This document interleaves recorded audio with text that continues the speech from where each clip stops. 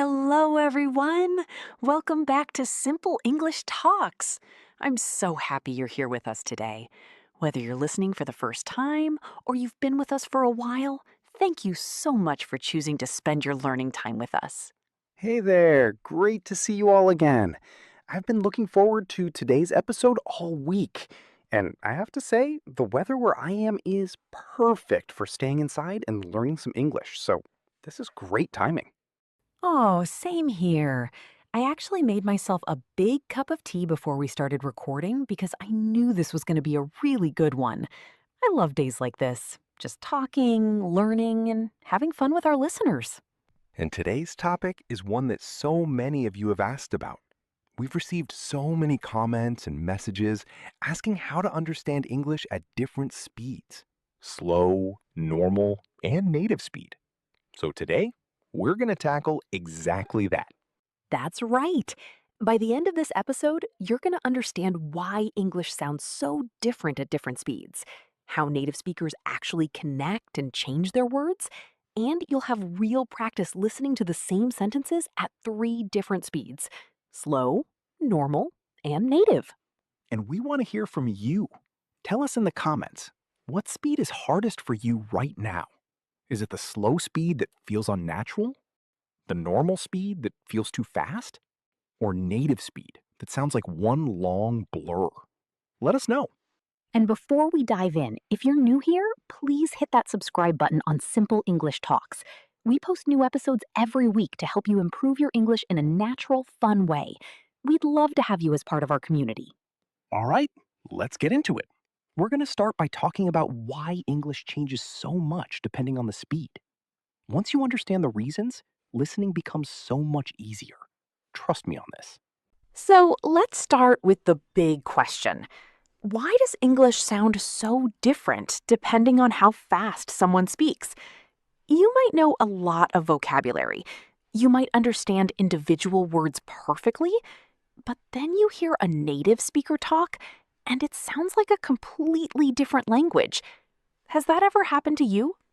Oh, absolutely. I remember the first time I watched an American movie without subtitles. I understood maybe 30% of it. And I had been studying English for years. It was really frustrating. Exactly. And the reason is something called connected speech.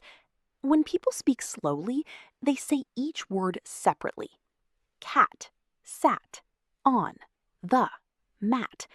But when they speak normally or fast, those words connect, blend, and even disappear. Cat sat on the mat becomes something like cat sat on the mat, all running together. So here's a great example. Let's take the phrase, what do you want to eat? At slow speed, you hear each word clearly.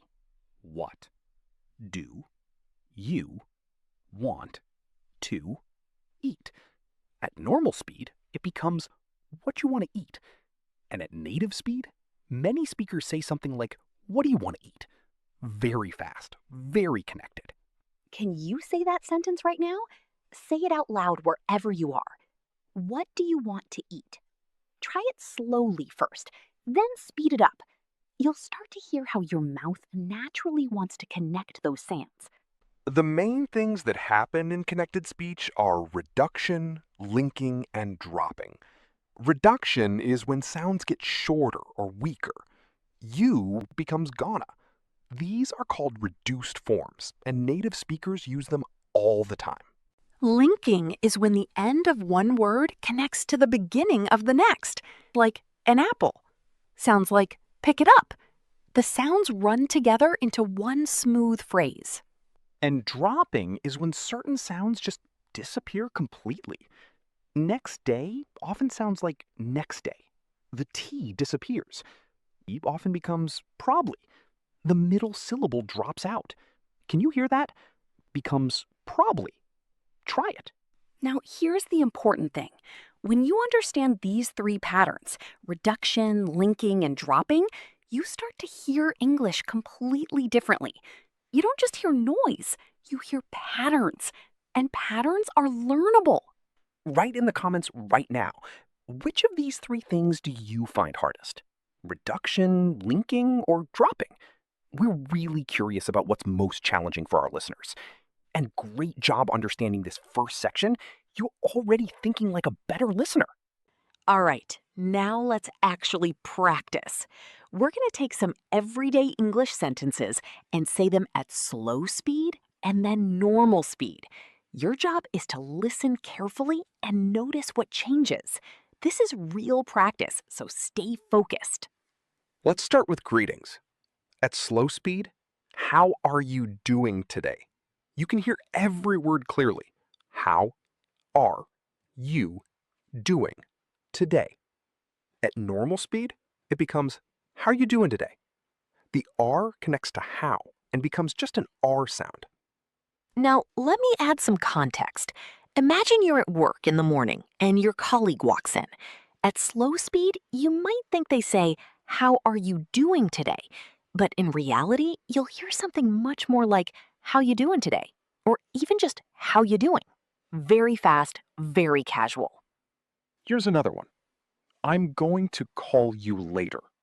At slow speed, every word is clear. I'm going to call you later. At normal speed, I'm going to call you later. The going to becomes gonna. At native fast speed, I'm going to call you later. The you becomes ya.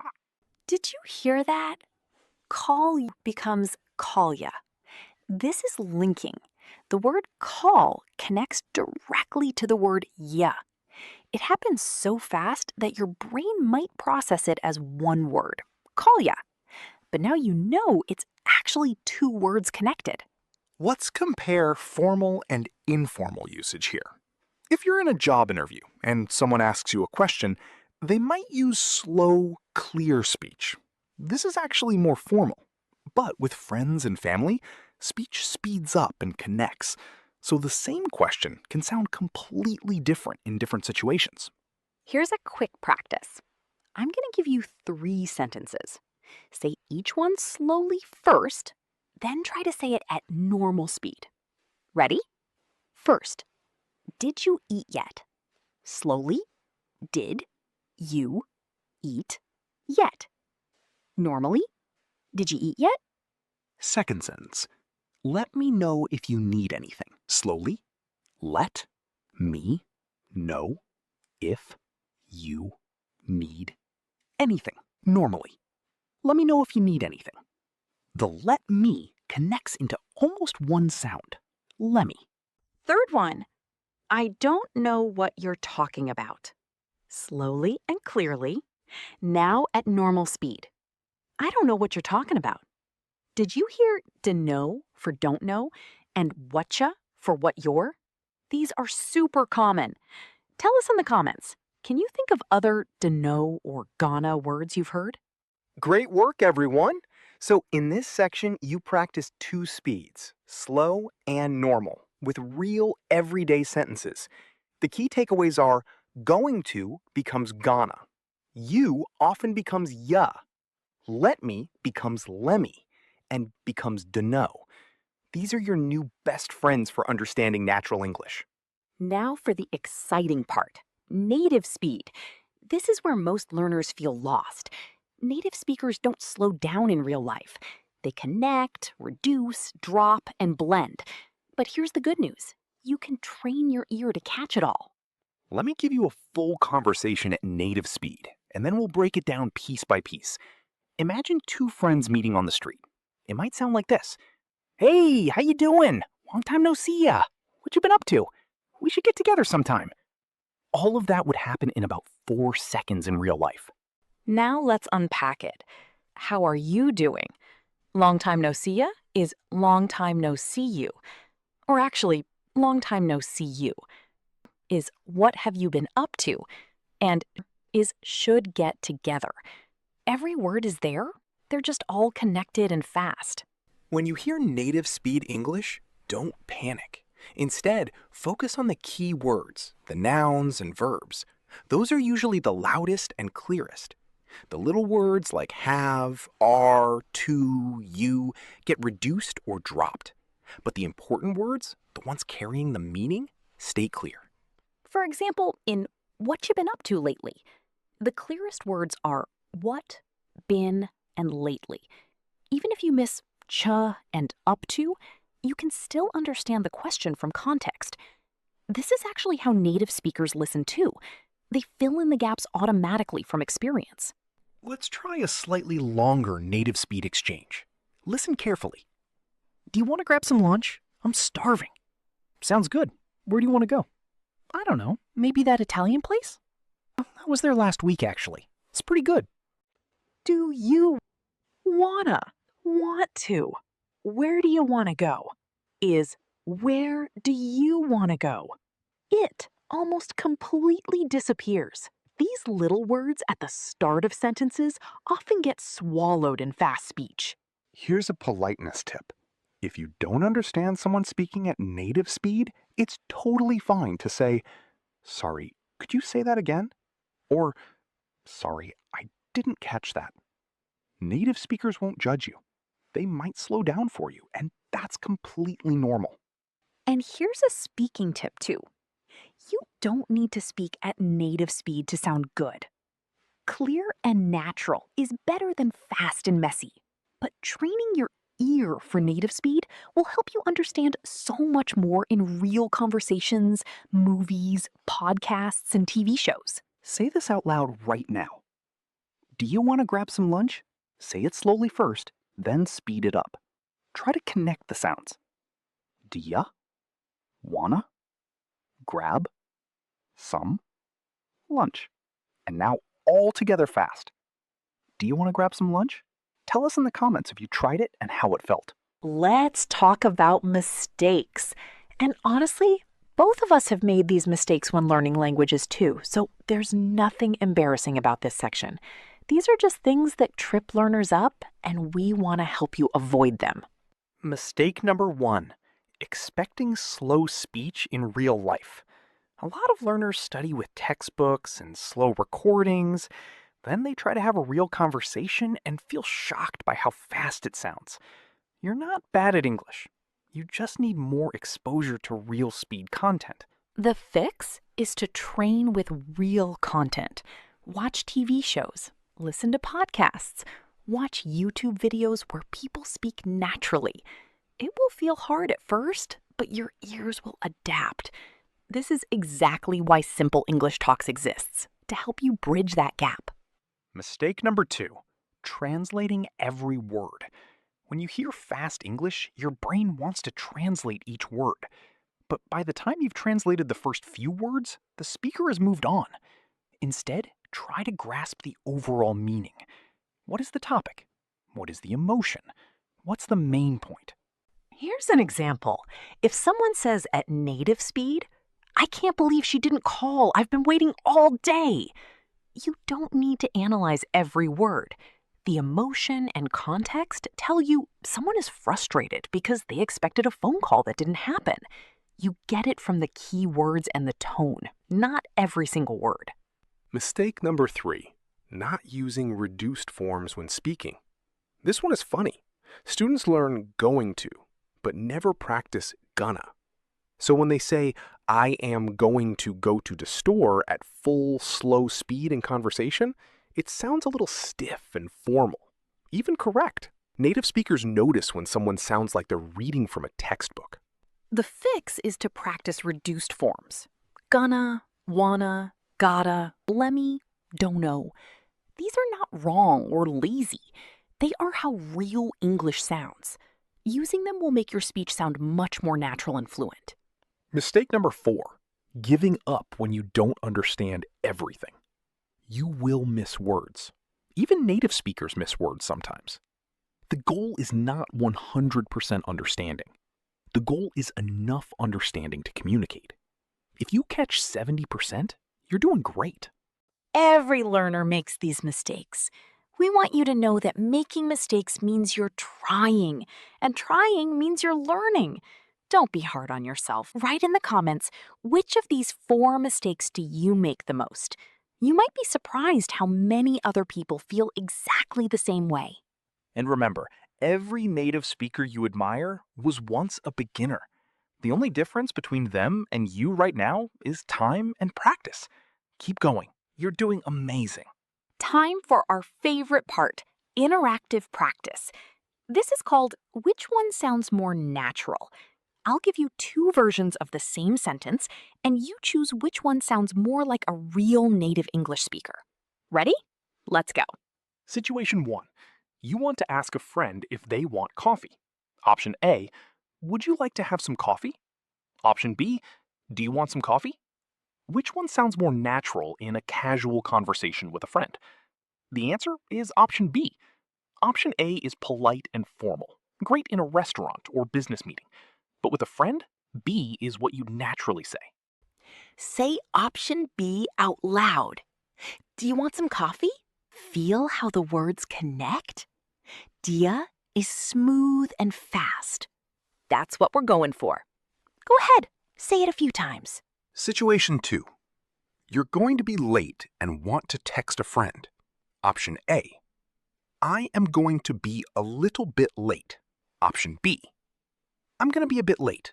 Option B is more natural for texting and informal speech. Notice gonna instead of going to, and a bit instead of a little bit.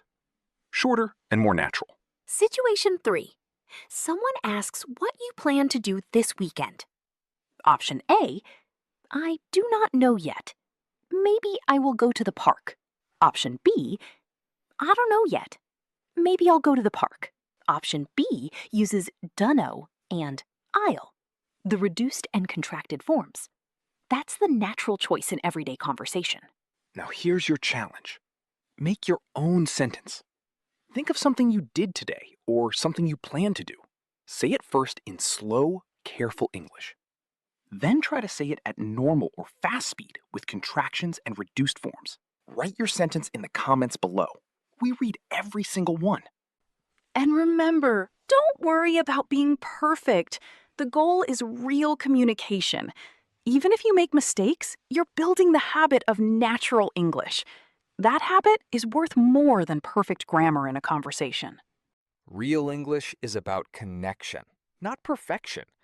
Every time you open your mouth and try, you're getting better.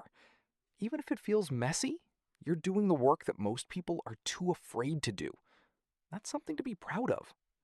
Wow, what an episode! I honestly feel like we covered so much today, and I really hope you feel more confident about listening to English at different speeds. You worked hard, so let's celebrate that for a second. Today, we covered three main things. First, we learned why English sounds different at different speeds. Connected speech, reduction, linking, and dropping. Second, we practiced slow and normal speed sentences with real everyday examples. Third, we tackled native speed conversations and learned how to listen for key words even when speech is super fast. You are not the same English learner you were before this episode. You now have tools. You know what to listen for. You understand why English sounds the way it does, and that understanding changes everything. Keep practicing every single day. Even 5 minutes of focused listening makes a difference. Here's a reflective question for you to think about. What's one thing from today's episode that you're going to practice this week? Maybe it's saying gonna and wanna more naturally. Maybe it's watching a TV show without subtitles for 5 minutes. Whatever it is, make a commitment and write it in the comments. That makes it real. And please, if this episode helped you, share it with one friend who is also learning English. You sharing Simple English Talks is the biggest compliment you can give us. Also, hit the like button, leave us a comment, and subscribe to Simple English Talks so you never miss an episode. We make new content every week just for you. We absolutely love this community. Every comment, every question, every person who says, "This helped me," it means the world to us. We do this because we genuinely want to help you reach your English goals. And you're all working so hard. We see you. We believe in you. Thank you so much for spending this time with us today on Simple English Talks. Keep listening, keep practicing, keep going. You've got this. We'll see you next time.